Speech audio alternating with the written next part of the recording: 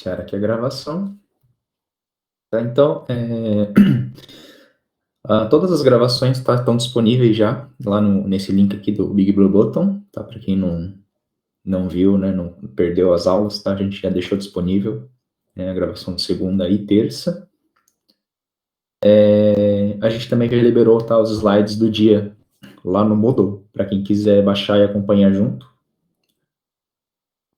Hoje, a gente vai começar, de fato, né, a ver a questão, né, de sistema autônomo e roteamento. Tá, então, como que esse curso, né, tá estruturado? A gente pensou, né, em ser algo como se fosse uma ordem natural, assim, né, da pessoa que quer se tornar um AS, né? Então, você começa lá, né, vendo, né, a questão de IP, né, o que você precisa, aí você vai no site do registro, né, faz a requisição, a gente vai mostrar isso agora, né? E depois, né, tem toda a questão de configuração mesmo, né, de OSPF, de BGP, que é o que a gente vai começar a ver hoje, né? Então, principalmente essa parte de BGP, né, ela é bem mais complexa, então a gente vai dar um pouco mais de atenção aí, né, vai ficar praticamente aí de hoje, né, até sexta-feira aí comentando um pouco. Até o cachorro já tá animado aí, ó. Então, o primeiro módulo de hoje é como e por que se tornar um sistema autônomo, né? Acredito que a maioria, né, de vocês aqui são, né, sistemas autônomos, mas acho que poucos, né, foram as pessoas que de fato foram lá tirar o AS, né, ou de fato, né, são o administrador do AS, né. A maioria, né, das pessoas trabalham, né, para um AS ou não é, né, a parte administrativa, né. Então aqui a gente vai mostrar um pouquinho, né, dessa parte mais, né, de quem, né, tirou o AS, né, como que eles fazem, né, para se um dia você, né, precisar também mexer nisso, e a motivação, né, por que você tira um AS. Então, a primeira coisa, né, é entender o que o AS faz, né, de diferença na nossa vida. Então, quando eu não sou um AS, né, o que acontece? Eu sou parte, né, do provedor normal. Então, na minha casa, por exemplo, né, na minha casa eu não sou um sistema autônomo e eu contrato, né, um provedor de acesso à internet. Então, eu, né, não tenho um AS, mas sempre que eu estou na internet, né, eu faço parte de algum sistema autônomo. Nesse caso específico de casa, eu sou parte do sistema autônomo do meu provedor, né? Então, o que isso significa? Que, do ponto de vista da internet, eu sou aquele provedor ali, né? Se o cara mandar rastrear aquele IP ali que está aparecendo, né, no meu acesso, vai aparecer que eu sou o provedor X, né? E que mais que é importante da gente saber? A gente fica, né? O provedor decide, né? O que ele vai entregar para a gente, né? Então, normalmente vai ser um IPv4, né? E hoje, né, até um IPv4 privado, muitas vezes, né? Então, se for um IP de CGNAT, né? E isso é política do provedor, né? Ele que decide, né? E não está errado, né, fazer isso. Talvez esteja errado, né? Não está muito claro isso, né, na hora que você vai contratar a internet, né? Por exemplo, se eu fosse contratar a internet, né, aqui em casa, eu gostaria de saber, né? Falando, se eu vou entregar um IP de CGNAT, vou entregar um IP público, né? Vou entregar IPv6, né? Eu acho que são coisas que, pelo menos do meu ponto de vista técnico, era interessante. Eu sei que para a maioria das pessoas, né, a maioria dos clientes, isso não, a pessoa nem sabe o que é isso, né?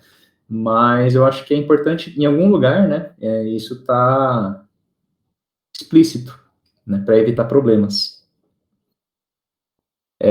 Então, quando a gente não é AS, tá? Então, independente seja, né, seja eu aqui cliente doméstico, seja um cliente corporativo, né? É mais ou menos essa situação que ele tem, né? O cliente corporativo é a mesma coisa. A única diferença, né, é que quando normalmente você tem um link corporativo, é um link dedicado, né? Então, quer dizer, aquela banda, né, que você contrata é uma banda exclusiva para você, e a quantidade, né, de endereços IPs também é negociada, né? Então, você quer, né, 2 IPs, 4 IPs, né? Então, a gente negocia isso no preço, né, da sua mensalidade, né? Então, mas o fim, né, de que você continua recebendo IP do seu provedor, né? E normalmente, né, é uma única saída para a internet, né? Isso é a situação mais comum, né? Quando você não é sistema autônomo.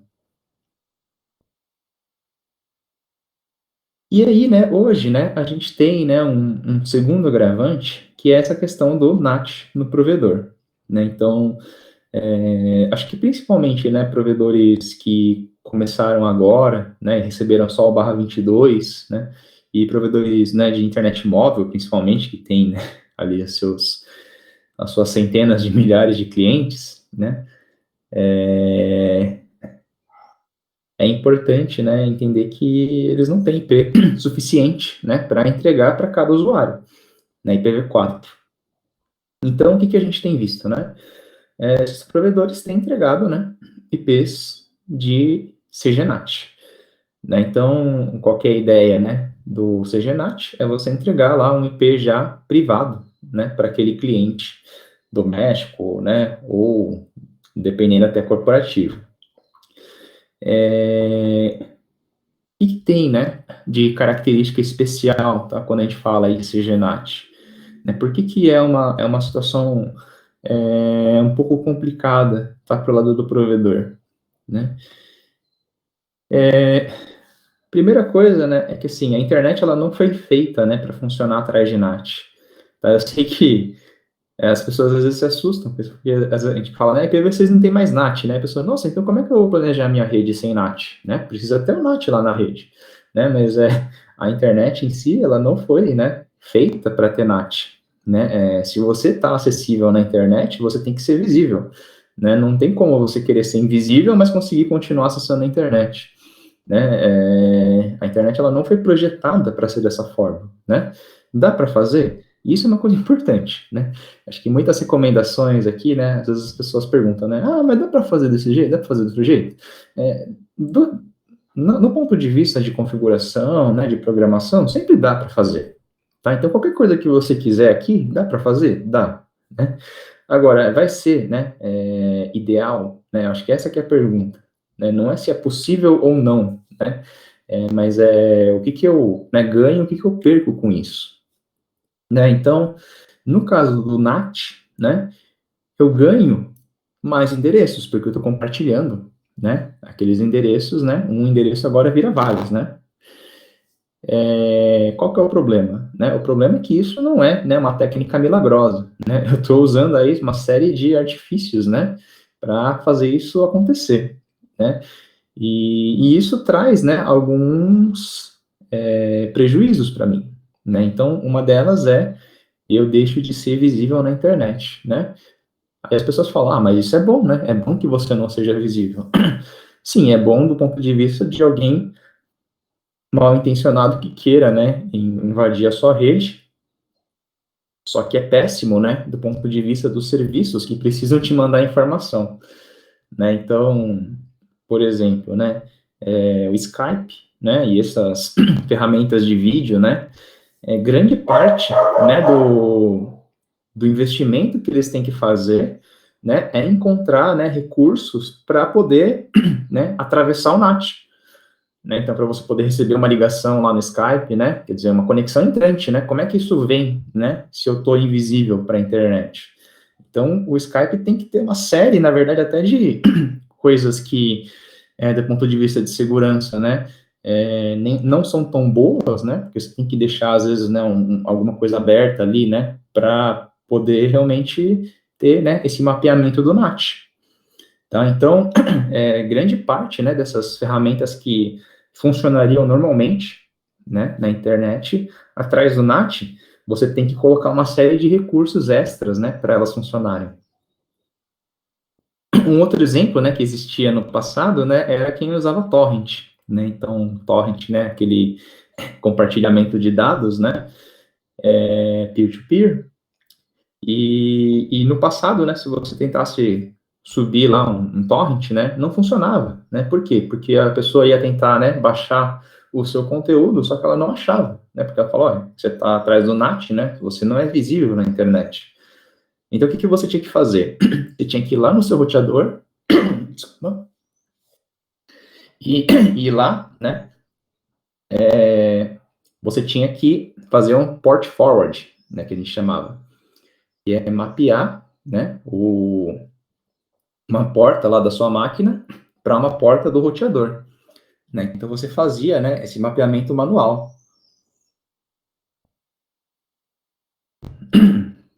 E aí, né, o que acontece?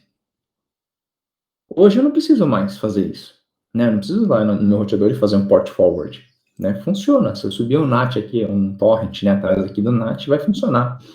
Por que que isso funciona?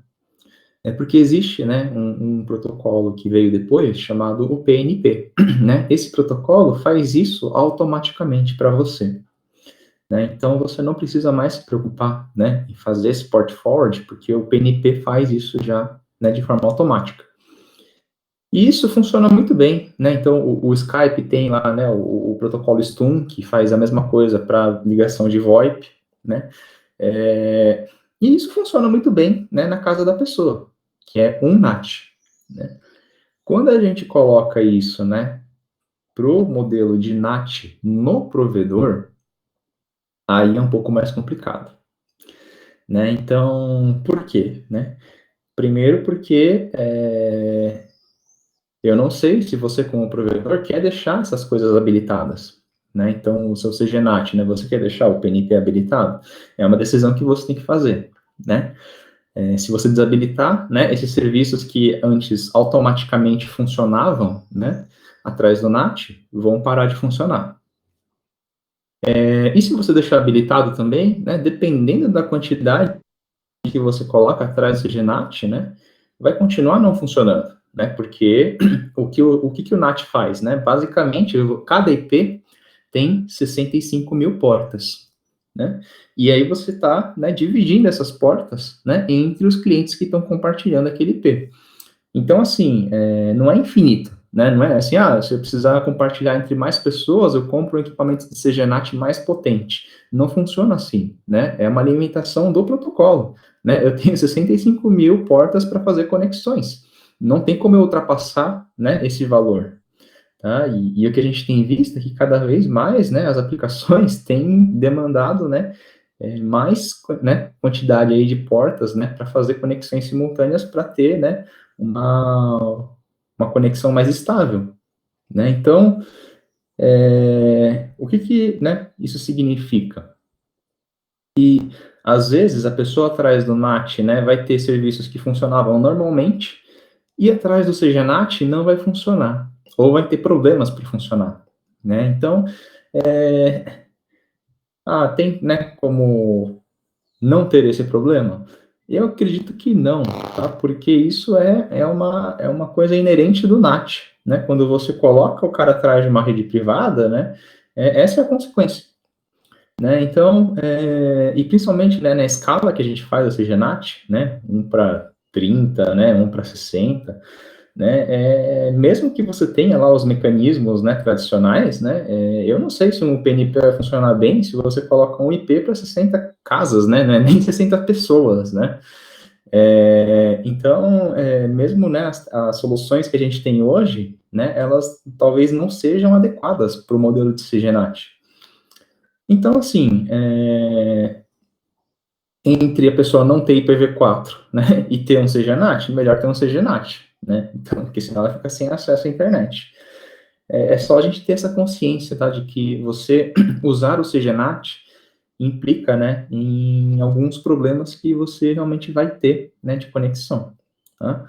Outra coisa também que acontece, né, a latência aumenta, né, isso também não tem como, né, não acontecer, né, mecanismos de tradução de endereço, né, quer dizer, você está convertendo um endereço privado no endereço público e depois na volta faz a mesma coisa, isso gera, né, uma carga, né, numa latência, né, na conexão. Por isso que, né, quando a gente faz a medição, né, da pessoa usando IPv4 e IPv6, o IPv6 costuma ser mais rápido. Aí você fala, porque o IPv6 ele é muito mais rápido? Não, é porque o IPv4 piorou, na verdade. Então, a pessoa tinha lá uma conexão, né, com um NAT, agora tem uma conexão com 2 NATs, né? Então, essa conexão fica mais lenta, né? Isso faz parte também, né? E acho que o principal problema, né, isso daí, assim, né, quem que usa torrent hoje em dia? Poucas pessoas, né, acho que a maioria, principalmente hoje porque tem serviços, né, tipo Netflix, essas coisas, as pessoas, né, já não é algo muito popular, né, então, assim, a quantidade de problemas mesmo que você vai ter por conta disso é pequena, né. Agora, um problema que realmente é complicado, e isso a gente tem, né, tido muitas notificações aí dos provedores, é a questão de jogos, né? Por quê? Né? Primeiro porque a gente sabe, né, que o público gamer, né, é o público mais paciente, né, e mais compreensível, né, e nunca reclama, né, se tiver ruim. Então, como, né, a pessoa normalmente, né, ela vai, né, se tiver alguma coisinha errada, né, uma latência um pouquinho mais alta, ele já vai reclamar, né, porque principalmente que ele vai, né, querer contratar já uma internet com qualidade melhor, né, então ele vai querer exigir isso. E acho que uma coisa mais grave, né, é que a maioria dos problemas que a gente está colocando aqui, você resolve colocando IPv6, né, na pessoa. Então, se a pessoa, né, não está conseguindo usar, né, acessar lá o Skype, né, não está conseguindo, né, usar o torrent, o IPv6 resolve isso, porque tudo que, né, o cara tiver que acessar em IPv6, vai lá por IPv6, né, preferencialmente. Então, se você tem um CGNAT e um IPv6, você vai por IPv6, né, o IPv6 ele é mais rápido, não tem o problema do NAT, então vai tudo naturalmente até melhor, né. Agora, o caso do game é complicado, por quê? Principalmente, né, quando a gente fala aí de consoles, né, então PlayStation, Xbox, né, Nintendo, esses caras, né, ou não suportam IPv6, né, ou suportam de uma forma muito precária, né. E aí, né, é complicado por quê? Porque esse tipo de problema é um problema que não tem solução para o seu lado. Porque se você colocar IPv6 para aquele cliente, ele não vai conseguir acessar o game por IPv6, porque o jogo, né, o console não tem suporte IPv6, né. E, né, e para piorar, né, às vezes o console até fala, né, né, ó, não está funcionando porque está atrás de NAT, né, então ele até já dá a dica, né, pro cliente, né, do que ele tem que reclamar, né, ele fala, ó, eu não consigo usar, né, a conversa por VoIP porque você está atrás de um NAT, né, e aí a pessoa já vai, né, nervosa lá pro provedor, né. Historicamente, né, os consoles da Xbox, né, têm um suporte melhor aí para IPv6 do que os outros dois, né. Até porque, né, o próprio Teedo, né, que é um mecanismo de transição, né, é um mecanismo da própria Microsoft, né, ela que desenvolveu. Agora, né, isso é complicado, tá? Por quê? Porque não depende da gente, né? Então, assim, não tem muito, né, como resolver esse problema, né? O que os provedores têm feito, né, assim, puxa, se o cara, né, é muito chato, manda para o concorrente, né? Agora, se, né, você quer, né, manter de fato aquele cliente, né, você vai ter que separar um bloco, né, de IPs públicos para alocar para essas pessoas, né? Porque não tem jeito, né? Tipo, se ele tiver, enquanto ele estiver atrás do NAT, do CGNAT, né, ele vai ter esses problemas, né? E acho que um dos problemas também que complica, né, é a forma como a gente faz, né, por exemplo, blacklist, né, nos serviços, né? Então, outro tipo de problema também que pode acontecer, né? Você está lá dividindo lá atrás as pessoas atrás do CGNAT, então tem lá 60 pessoas atrás daquele IP.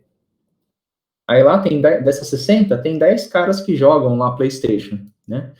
Aí algum desses caras usa lá, né, faz alguma coisa errada lá no jogo e toma, né, um bloco, né? Como que normalmente é feito esse bloco? Às vezes é uma blacklist de IPv4, fala, ó, esse IPv4 aqui não pode mais acessar a PSN, né? Só que quando você faz isso, né, o que acontece? Todas as outras 10 pessoas que estavam atrás daquele IP também tomam bloco, né? Então, às vezes o cara vai entrar no jogo e fala, por que eu não tô conseguindo entrar? Né? Eu não fiz nada, né? Mas às vezes é isso, né? O cara tá atrás do CGNAT e aquele IP tomou um bloco, né? E às vezes não é nem, tipo, às vezes não é nem abuso, né? Às vezes é por conta do excesso de conexões, né? Então ele fala, ó, tem um IP aqui, né?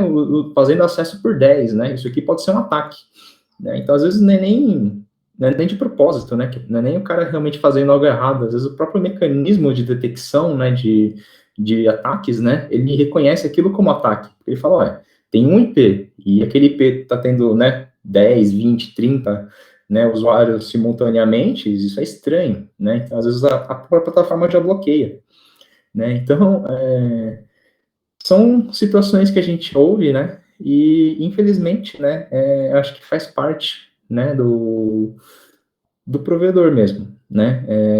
A gente, como a gente falou, né, não tem milagre, né? Falta IPv4 e falta para todo mundo, né? E a gente tem que ter alguma solução, né, que, assim, né, tente oferecer, né, o máximo, né, da experiência possível, né, com a menor quantidade de problemas, né? Então, infelizmente, né, o CGNAT aí tende a ser, né, a solução menos pior, né, para essa questão aí de atender os IPv4. Agora, qual que é uma coisa importante, né?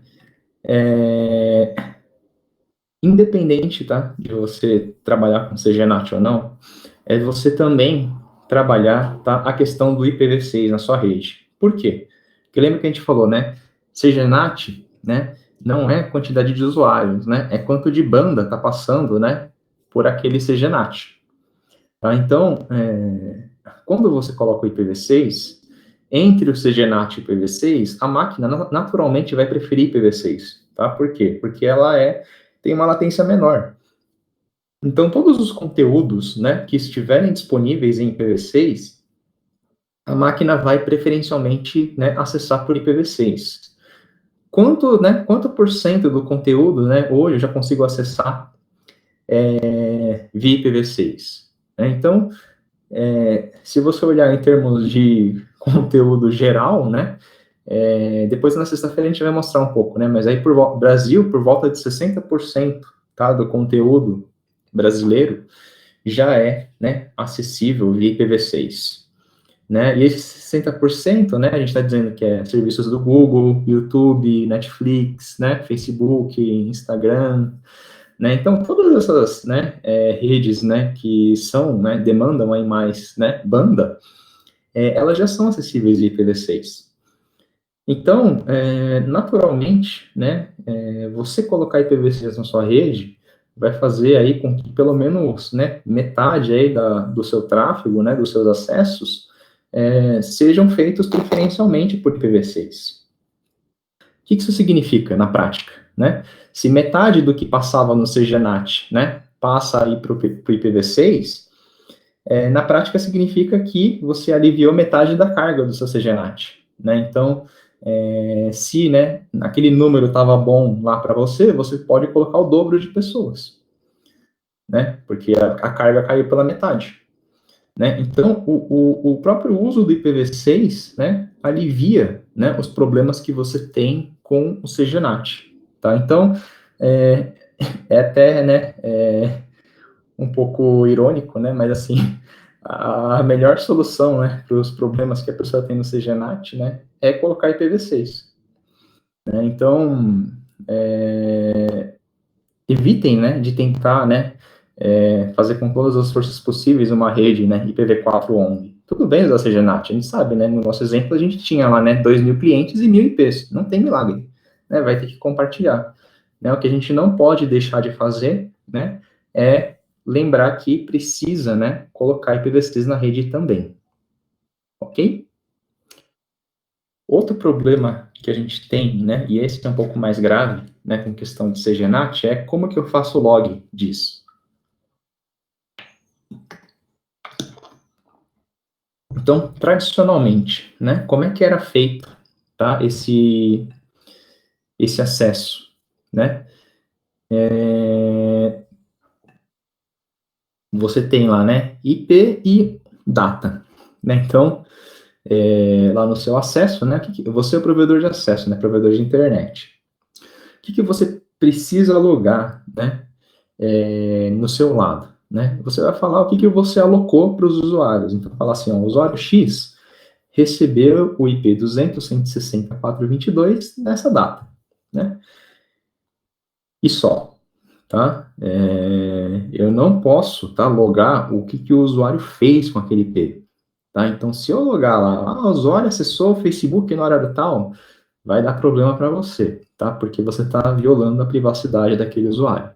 Tá? Então, você, como provedor, você não pode logar, tá? O que os usuários seus estão fazendo, né? Então, isso é uma coisa complicada, né? Porque muita gente tem dificuldade mesmo de entender, né? Preciso logar, mas eu não posso logar, né? Então, fica naquela situação difícil para o provedor, né? Então, assim, o que eu preciso logar? Eu preciso logar o que eu aloquei para o usuário, né? Então, seja IP, né? Seja outra coisa.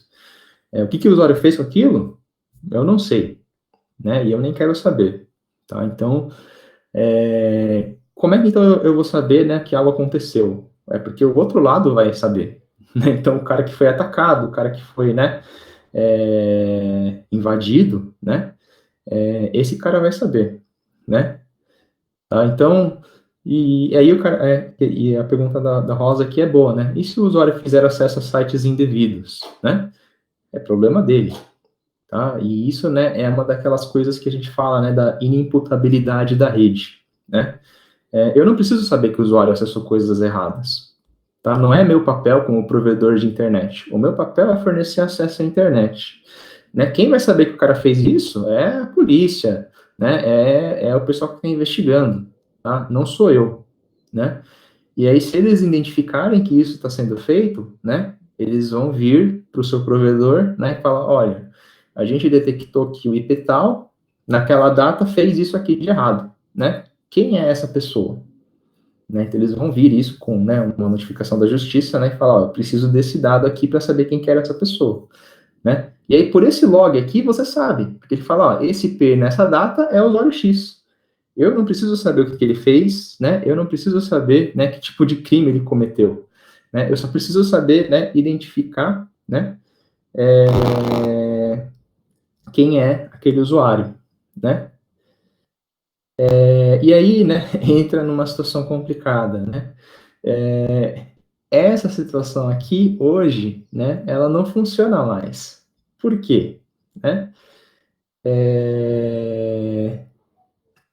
Porque hoje você tem IPs compartilhadas, né? Então, quando você tem IPs compartilhadas, né, o mesmo IP serve para várias pessoas, né? E aí, para fins de log, isso é terrível, terrível, né? Então, o que a gente tem aqui, né? A melhor forma que a gente tem visto, tá, para você logar isso é usar, né, um NAT específico, tá? Que é o NAT com portas pré-alocadas. Tá? Então, você não deixa, né, o NAT totalmente dinâmico, tá? Você coloca lá um range de portas que aquele usuário pode usar. Então, você fala assim, ó, o usuário X, né, usou esse IP da porta 10.000 a 20.000, né? O usuário Y, da porta 20.000 à porta 30.000, tá? Então, você já deixa isso pré-alocado, pré-configurado no seu NAT, no seu CGNAT, né? Então, e isso faz com que, se o serviço, né, também fizer o log dessa porta de origem, né, você consegue identificar aquela pessoa. Então, ó, o IP 200.160.422 fez a transação usando a porta de origem 12.341. Essa porta 12.000 está nesse range aqui de 10.000 a 20.000. Então, através desse cruzamento de dados, né, eu consigo saber que é o usuário X, né? Dificuldades, tá, dessa solução, né? Muitos provedores de serviço não fazem o log da porta de origem e muitas notificações, né, da justiça também não vêm, né, com a porta de origem, né? E aí o que eu faço, né? E acho que isso realmente é um processo que vai ter que mudar, né? Porque enquanto, né, isso não for mudado, né, a limitação aqui é física, né? Então a gente tem que entender que assim, às vezes do ponto de vista da justiça, né, a justiça não está nem aí, né, com como se isso é possível ou não de ser feito, né? E acho que existe, né, essa conversa, né, de como que você chega, né, num acordo, né, para poder prosseguir, né, a investigação, tá? Então, Aqui, né, nessa situação, tá, ainda é difícil disso acontecer, né, mas, assim, a tendência, tá, é que as coisas caminhem, tá, para esse tipo de coisa, porque essa é uma das poucas formas que você tem, tá, de identificar alguém atrás do seu CGNAT, tá, então, se você não tem isso, né, o que que vai acontecer? A pessoa vai falar, ó, quem que foi esse IP nesse horário? Você vai falar, ó, nesse IP nesse horário tinha ali 30 pessoas atrás desse IP, e você passa isso para a polícia, né? É, se isso vai, né, ajudar ou não, né, é, é questionável, né, mas assim, se é o que você tem, né, é isso, né. Agora, algumas dúvidas aqui que o pessoal tem, né. O provedor, se solicitado judicialmente, pode informar os IPs, né. Se vier, né, uma notificação da justiça, né, você tem que fornecer os dados, né, mas não os IPs acessados, tá, Wilk? Tá? Os IPs acessados você nunca vai ter, tá? Você nunca vai saber o que o seu usuário fez, tá? Então, se vier alguma notificação da justiça falando, ó, o que esse seu usuário aqui, seu cliente acessou, você não tem esse dado, você não pode saber o que ele acessou, tá? O que normalmente vai vir, né, é falar, ó, esse IP nesse horário, quem que é? Né? Porque o que o cara acessou, eles já sabem, tá? Então, é o contrário, tá? Então, é só tomar esse cuidado, né? Se o cara perguntar o que aquele usuário acessou e você mandar, aí você que vai ter problema, tá? Então, né, o máximo que você pode ter é isso, né? O IP, né? Aquela porta, né? E aquele horário, tá? Né? Você não pode ter o acesso ali do que o usuário fez, tudo bem? Aí o Alisson perguntou, né? No caso do provedor não ter o log de cada cliente, né? Ou, né? Tá lá o log de CGNAT, né? Então tem um IP para vários clientes, né? Também é válido? Sim, é válido, tá? Só que assim, como é que funciona, né, a questão jurídica? É uma coisa complicada, né? Vai ter uma investigação, normalmente, né? Então aconteceu algum crime na internet, alguém quer e a pessoa quer achar, né? Quem que é o culpado por isso. Então o cara cometeu um crime lá, né? Sei lá, né? E aí vai ser investigado. Aí vai olhar lá no log, né, do serviço lá, né? Seja um serviço legal, ou seja um cara que foi invadido, e vai ver o log, né? E aí, através desse log, né, vai ter lá um IP, horário, data, né? E aí, né, isso vai automaticamente direcionar para você, né? Então, falar assim, ó, quem que é esse IP? IP é provedor X, né? Então, ele vai lá para o provedor X e perguntar, ó, quem que é esse cara? Né? Você vai dar lá, né, seja o log, né, indicando que aquele é um usuário específico, ou né, uma lista de usuários que estavam com aquele IP compartilhado, né? E isso vai para a justiça, né? E aí é uma complicação que assim, ali o juiz vai decidir quem que vai pagar por isso, né? Se o juiz decidir que é só aquela pessoa que cometeu o crime, vai ser aquela pessoa, né? Se o juiz decidir que as 30 pessoas, né, que estavam atrás do CGNAT são culpadas, as 30 vão dançar.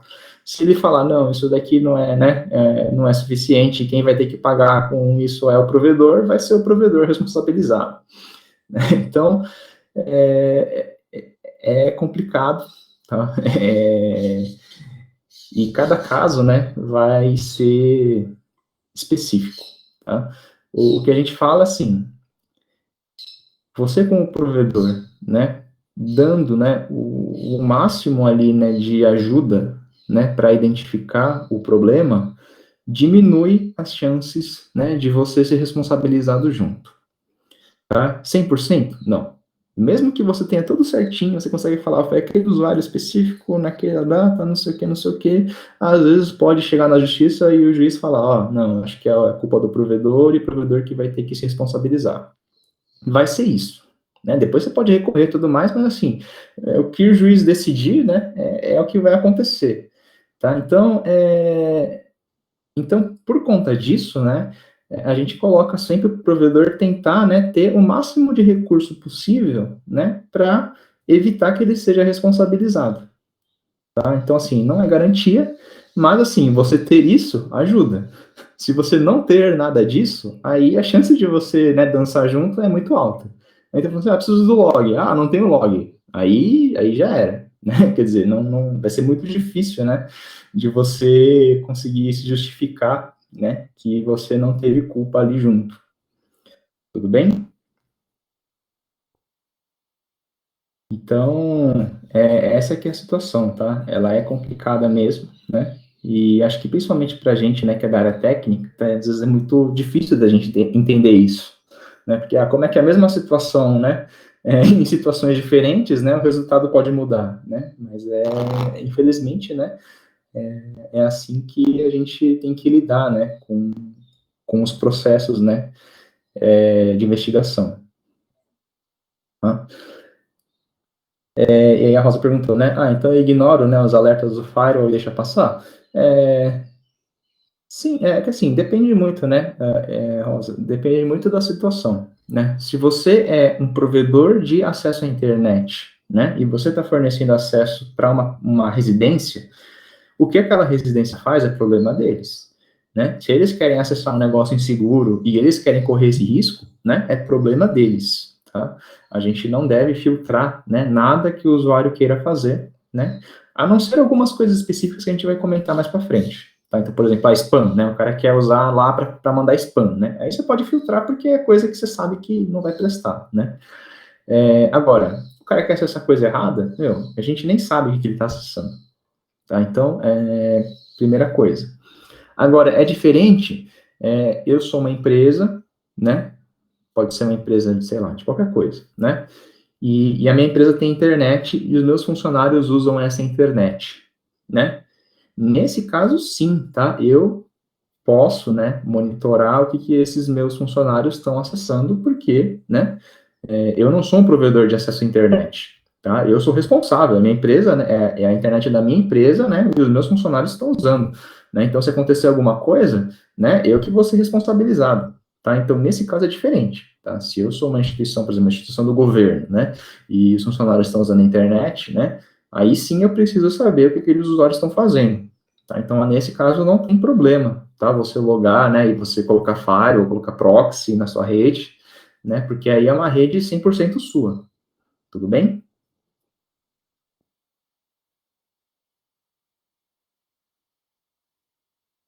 Né? Então, acho que essa é a principal, né, diferença, tá? Então, assim, se você é provedor de acesso à internet, né, você deixa o cara lá, né? Ele que se vire. Agora, se você é responsável por aquelas pessoas, né, são funcionários da sua empresa, né, aí sim você tem que ter, né, uma forma de controlar isso, ok?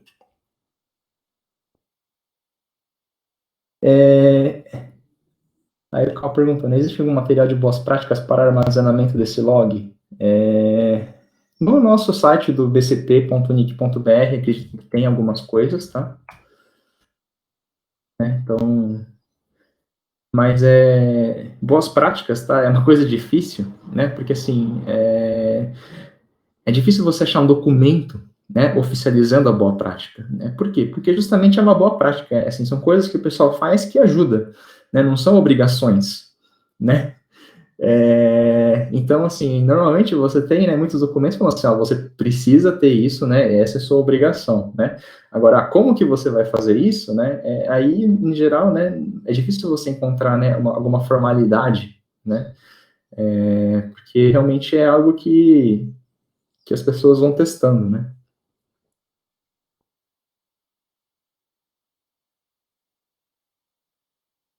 Tudo bem, pessoal? Outra coisa, né, que pode te ajudar, tá, é o chamado designação de blocos, tá. Designação de blocos você faz lá no site do Registro BR, né? E aí você, por exemplo, você é um provedor de internet e você está fornecendo acesso à internet para uma empresa, né? Não um cliente doméstico, cliente corporativo, né?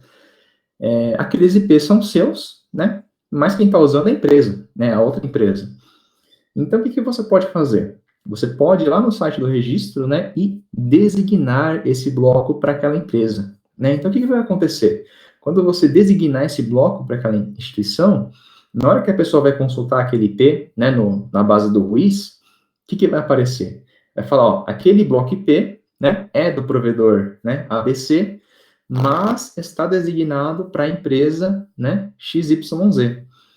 Então, você já sabe, né, na hora que você vai investigar isso, que, ó, né, eu sei que é aquele provedor que tem, né, esse IP, mas quem está usando mesmo é aquela empresa, né? Então, isso facilita, né, a questão da investigação, de saber quem que ele tem que procurar, né? Então, como eu falei, né, é 100%? Não, mas ajuda, né? Então, a pessoa já sabe que, ó, né, aquele IP lá, né, é aquela empresa que a gente tem que verificar, né, não é o provedor. Tá? Então, são formas, né, que a gente tem aí de deixar registrado, né, tudo isso, tá? Porque realmente, do ponto de vista da internet, o que vai ter lá? IP e data. Não tá, né, muitas outras informações que você tira, né, dentro da investigação. Tá? Então, essa questão de designação também ajuda você, provedor, né, a se resguardar, né, de alguns problemas que você pode ter. Até aqui, pessoal, tudo bem? Alguma dúvida?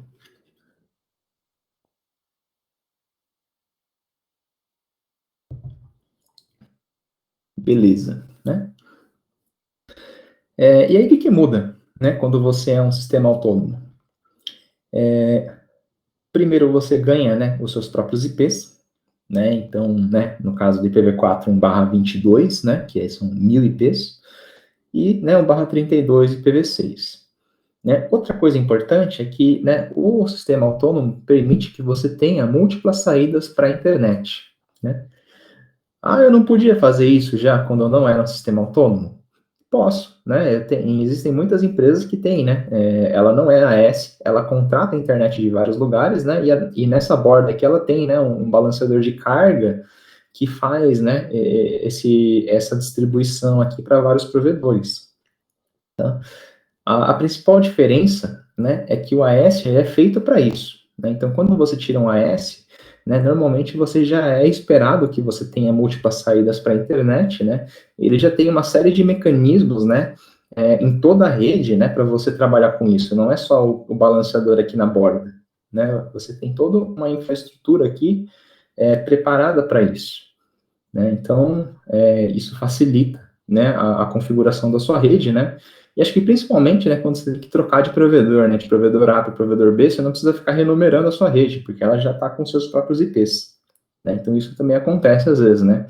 Às vezes você nem troca, né, de provedor, porque você já sabe que vai dar uma dor de cabeça, né, de ter que renumerar tudo, né? E aí, quando você tem o AS, né, você não tem que se preocupar com isso. Outra coisa importante, né, de você ser um AS é que você pode, né, entrar lá e ser participante do ponto de troca de tráfego. Tá? Só pode se conectar ao PTT quem for sistema autônomo. Tá? Então, se você não é um AS, você não vai conseguir, né, se conectar ali ao PTT. Tá? Então, pode ser também uma justificativa, né? Se você quer se conectar, né, no PTT, tá? Você precisa tirar lá o seu AS.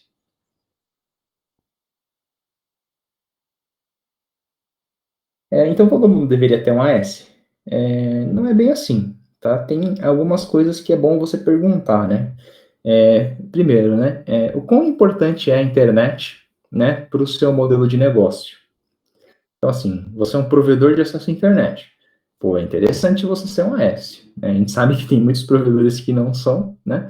Mas é interessante que todos os provedores tenham um sistema autônomo, tá? Facilita muito, né? Você é um provedor de conteúdo, né? Um portal de notícia, né? É interessante você ter um AS, né? Você é um data center, né? É interessante ter um AS, né? Então, coisas que, né, a internet, ela é muito importante, tá? Para você, é legal você ter um AS. Então, Google tem vários sistemas autônomos, né? Netflix tem sistema autônomo, Facebook tem sistema autônomo, né? Então, não é só provedor de acesso à internet, né? Provedores de conteúdo também, né? Costumam ter, né, sistema autônomo, tá? Empresas grandes, né? Também, né? Petrobras, né? Instituições do governo, né? Essas multinacional, né? Em geral, essas empresas também, né? São sistemas autônomos. Né? Ah, elas vendem acesso à internet? Não, é simplesmente para ela poder usar na empresa dela, né?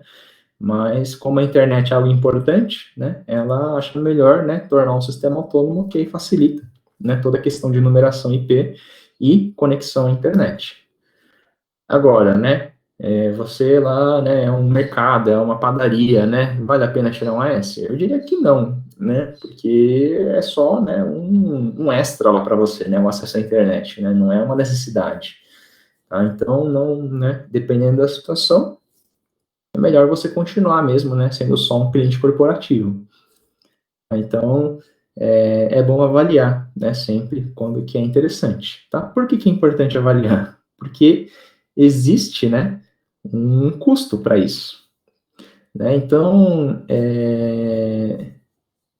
a gente já vai mostrar aqui no site do registro, né, quais são esses custos, tá? Então, assim, algumas perguntas, tá, que é importante você fazer, né?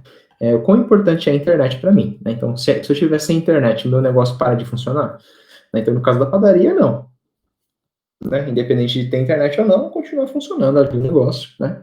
Sem problemas. Agora, você é um portal de notícia web, né? Não tem jeito, precisa de internet. O quão complexo, né, é a sua rede? Tá? Você precisa justificar pelo menos 250 IPs. Tá? Então, se você tiver lá, né, 250 funcionários, 250 máquinas, né, isso já é suficiente. Tá? Uma coisa importante, né, é que muita gente leva em consideração, né, IP, assim, NAT, né? Ah, então aquela rede é um NAT, né, então é um IP, né, mas não, tá? Quando a gente vai justificar aqui o uso, né, são pessoas mesmo atrás do NAT, né? Então, se tem 50 pessoas atrás daquele NAT, né, são 50 clientes. Tá? Então, justificando, né, 250 pessoas que usam a internet, isso já é suficiente, tá, para você pedir o seu AS. Outra coisa importante, né, a gente vai ver que precisa, né, saber mexer com BGP, precisa saber mexer com o SPF, né, então também não é de um dia para o outro aí que você vai tirar o seu AS, tudo bem?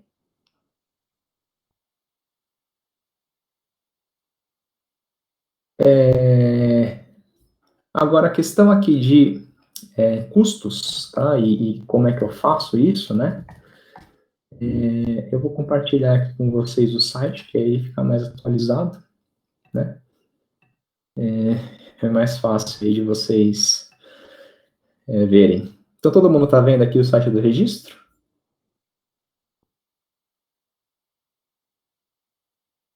Ok. Então, deixa eu aumentar um pouquinho. Então, a gente tem que vir aqui em tecnologia, tá? Numeração.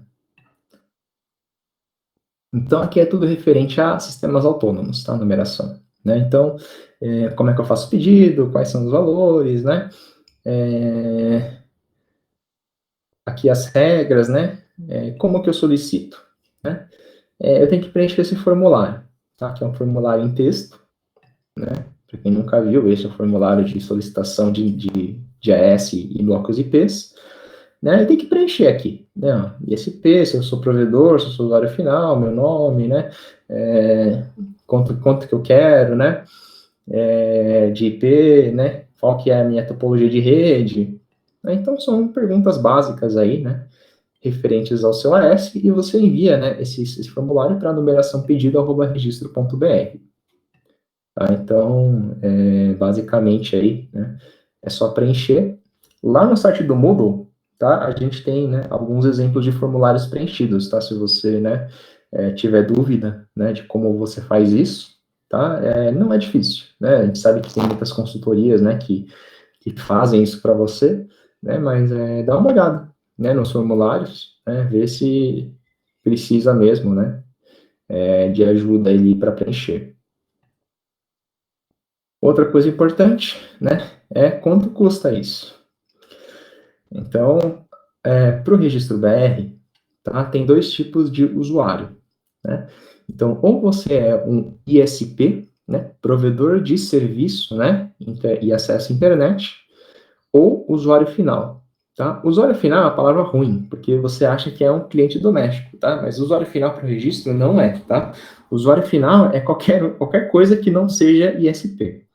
Tá? Então, né, você, né, quer ser um sistema autônomo, mas você não vende acesso à internet, né, você não é um provedor de conteúdo na internet, você é um usuário final. Né? Então, quem que é um usuário final? Multinacionais, empresas grandes, né, coisas que, né, a padaria lá do cara, né, que ele quer ter um AS, né, são usuários finais. tá? Então, não confundam, né, com cliente doméstico, tá? A maioria das situações, né, vai cair ali como ISP, né, porque o ISP abrange tanto, né, o provedor de internet mesmo, né, aqueles, né, Claro, Net, Vivo, né, e também abrange, né, os provedores de conteúdo, né, e provedor de conteúdo é uma coisa um pouco mais genérica, né, pode ser um Google da vida, pode ser um Facebook, mas pode ser uma instituição do governo, né, com os serviços lá, né, de imposto de renda, né, com coisas do tipo, pode ser, né, universidade, né, com as bases lá deles, né, então,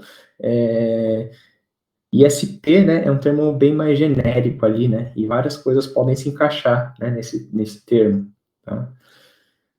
E aí, né, o que isso muda, tá, para fins, né, de custo? Aí é uma conta um pouquinho chatinha de fazer, né, então, assim, quem define, tá, esses preços é o LACNIC, e o LACNIC define esse preço em dólar, tá, então, como é que a gente faz aqui no Brasil, tá? Começo do ano, a gente fixa, né, o valor do dólar e o valor é esse mesmo valor fixo, tá? O ano inteiro, né? Então, em 2020, tá? O valor do dólar aqui para o NIC vai ser R$ 4, né? Então, vai dar diferença? Vai, né? A gente arca com essa diferença, né? Para justamente não ter, né, problema de variação de câmbio, né? O cara passou lá, né? Demorou um dia para processar o boleto, já subiu lá em 200% o dólar, né? Então, para evitar essas coisas, né? A gente fixa, tá? O valor do dólar, né? E todos os preços aqui são indexados, né? Com essa conversão. Tudo bem? Então, quais são os custos, tá, do provedor? Tem um custo para tirar o seu número de AS, tá, o seu ASN, né? Esse custo é uma vez na vida, tá? E só quem é usuário final, tá, precisa pagar esse valor, tá? Porque quem é ISP é isento, tá, dessa taxa. Tá? Então, se você é um provedor de acesso à internet e você quer tirar um AS, tá, você não tem esse custo, tá? Você só vai precisar pagar isso aqui se você for um usuário final, né? Esse custa de US$ 1.000, então fica R$ 4.000, tá? E é um valor que você paga uma vez na vida, né? Uma vez você paga, tirou, pronto, né? Não precisa mais pagar. Tá? Então, esse é o primeiro custo que você tem. O segundo custo que você tem é de acordo com os seus blocos IPs, né? Então, aqui tem, né, essa tabelinha aqui, né, que diz, né, quanto que você paga anualmente, tá, para ter ali, né, esses blocos. Então, acredito que a maioria, né, dos provedores hoje, né, entra na categoria micro, né, que é de um bloco menor que /20, né, então /21 e /22, né, e aí, né, a anuidade, né, para ter esses blocos, né, é R$ 4.000 por ano. Tá? Então, por que muita gente não tira, né, o AS se é tão bom assim? É porque tem esse custo, né? Então a pessoa tem que levar, né, a fazer a conta, né, para ver se vale a pena ou não. Né? Então ela vai ter 1.000 IPs, né, mas ela tem que pagar R$ 4.000 por ano. Tá? Então tem que ter, né, fazer essa conta, né, para ver se é viável ou não. Tá? Então,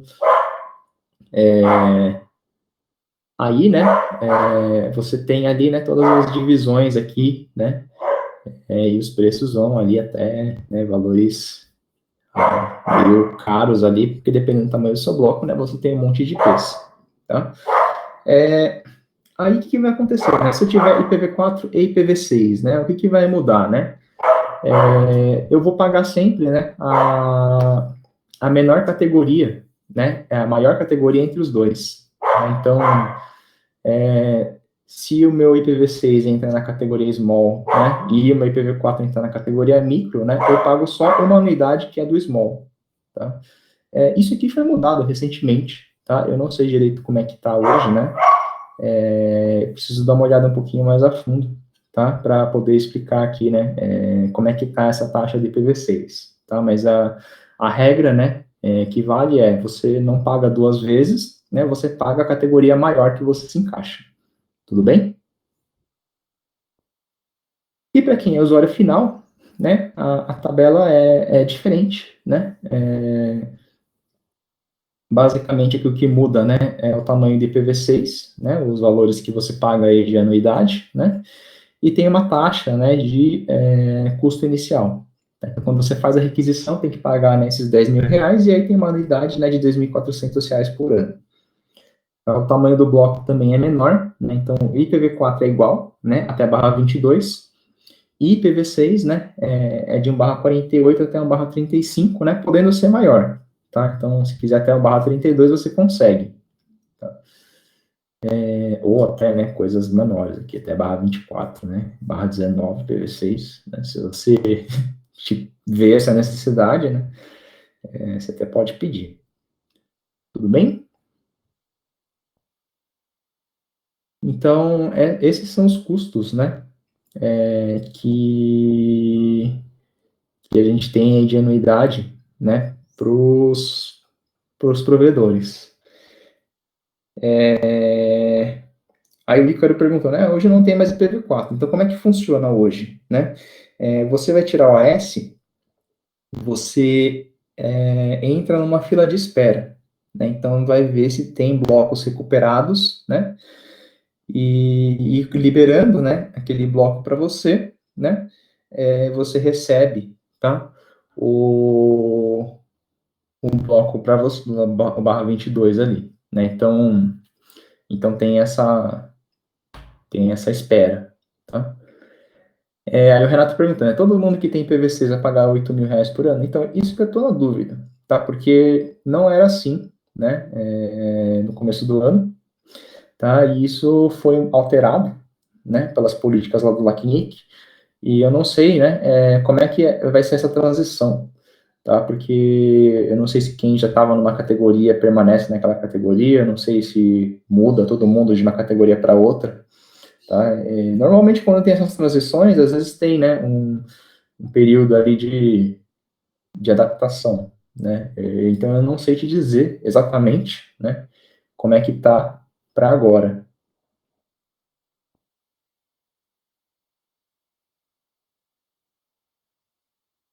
Tudo bem, pessoal?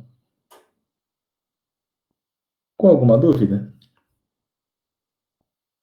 Tá, então, aí, né, aqui, dá uma olhada no site, porque, né, sempre está mais atualizado. Aí a pessoa perguntando, instituições do governo, né, pagam, né, essa taxa? Não, tá, a instituição do governo é isento. Instituições de ensino também, né, entre em contato lá com o registro para ver, né, como é que, se você tem como ou não, né, se candidatar lá para isenção, tá, mas normalmente, tá, instituições assim, tem desconto, tem isenção.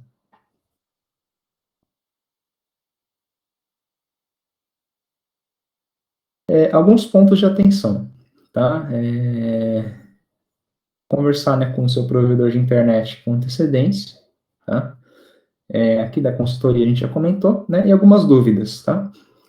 Você tem só um upstream, né, uma saída para a internet, né? Você pode ter conexões, né, em diferentes cidades usando o mesmo AS? Pode.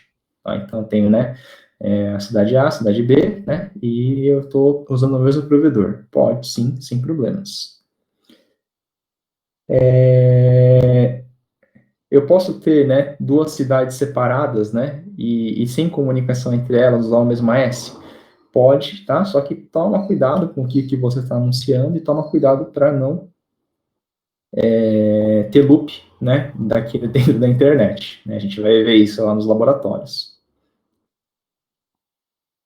E outra coisa também que pode acontecer, né, como os blocos hoje são recuperados, né, pode acontecer né, acontecer algum problema, alguma investigação, né, de coisas que aconteceram antes de você receber aquele IP, né, então às vezes você está lá usando, né, o seu IPv4 e vem uma notificação da justiça falando, ó, quem que fez isso há 10 anos atrás, né, fala assim, pô, mas eu recebi ano passado o meu bloco, né, então eu não sei o que aconteceu, né, e aí, né, o registro que tem, tá, esses dados. Então, se tiver algum problema de investigação, né, de coisas que veio antes de você receber o bloco IP, né, manda lá para o registro BR, tá, que eles conseguem te ajudar. Tá? Então, pode acontecer também, tá, porque pelo RUIS, né, não aparece. Tá? Então, no quiz vai aparecer que é você lá, o detentor do bloco. Tudo bem?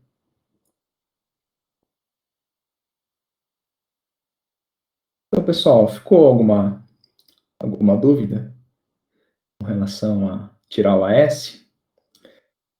Essa questão dos preços, tá? Eu vou consultar aqui o resto do pessoal da equipe para ver como é que ficou decidido, tá? Depois eu informo para vocês.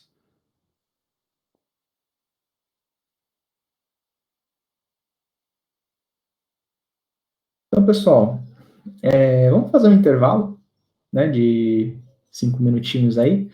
A gente volta, agora são 10h05, a gente volta aí 10h10, tudo bem?